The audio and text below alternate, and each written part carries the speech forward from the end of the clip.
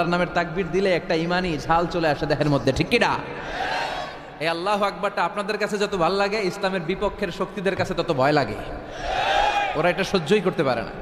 আল্লাহু আকবার শুনলে ওদের থরথরানি ধুকধুকানি বেড়ে যায়।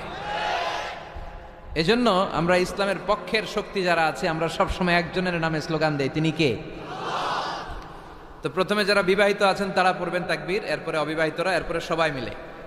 শুরুতে বিবাহিতরা রেডি হন। বিবাহিত কারা কারা আসছেন দেখি তো একটু। অনেক আসছে, আলহামদুলিল্লাহ আলহামদুলিল্লাহ, হাত নামান। অবিবাহিত কারা কারা আসছো দেখি। এই যে 2 হাত করে তুলতেছে, এরা সবসময় সংখ্যা বাড়াতে চায় আর 2 হাত করে তোলে। দেখা যাবে দেবিদ্বারের বিবাহিতদের পারফরমেন্স ভালো হয় না অবিবাহিতদের। শুরুতে বিবাহিত ভাইরা রেডি হন। আমি পড়বো লিল্লাহে তাকবীর, আপনারা পড়বেন আল্লাহু আকবার। শুরুতে বিবাহিতরা রেডি, তাকবীর পড়েন। বিবাহিতরা পড়েন লিল্লাহে তাকবীর, মাশাআল্লাহ তাবারাকাল্লাহ।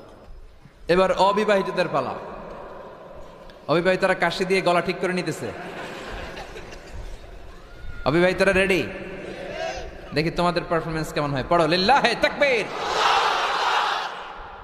মাশাআল্লাহ। এদের পারফরমেন্স ভয়ঙ্কর, ইমানি চেতনায় উদ্বুদ্ধ। আল্লাহ এই প্রাণ ঢালা উচ্ছ্বাসগুলোকে তুমি ইসলামের খাতিরে কবুল করে নাও।